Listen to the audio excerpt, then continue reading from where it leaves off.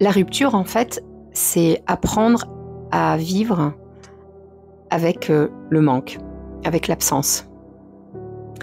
Le plus difficile dans une rupture, c'est la perte de l'autre, mais aussi la perte de ce que l'on voit dans le regard de l'autre. En fait, la douleur, elle est complexe. Ça va être une perte de connexion émotionnelle. C'est quoi? En fait, l'amour crée des liens intenses.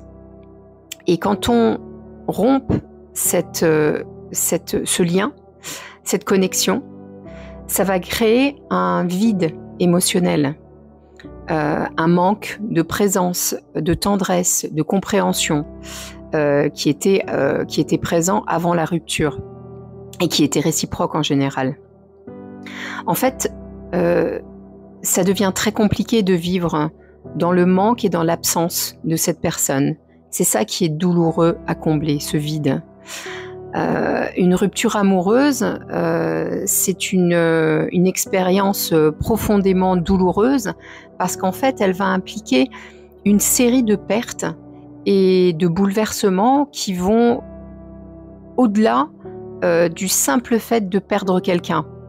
En fait, ce qui est le plus douloureux, c'est cette déconstruction. Une déconstruction de quelque chose qu'on a construit ensemble.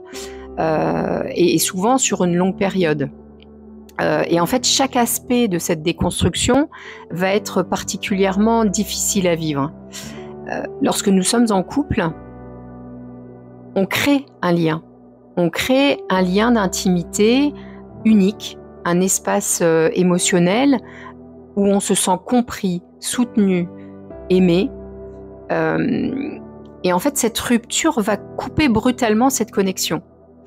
Et le fait de couper cette connexion, il va y avoir un vide, un énorme vide. Donc on se sent évidemment seul à affronter cette rupture.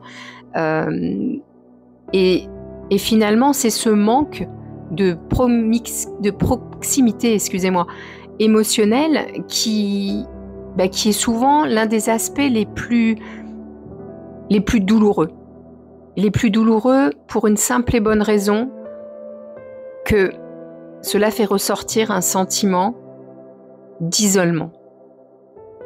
C'est cette rupture qui entraîne cette souffrance, ce vide et ce sentiment d'isolement qui est dur, extrêmement dur à vivre.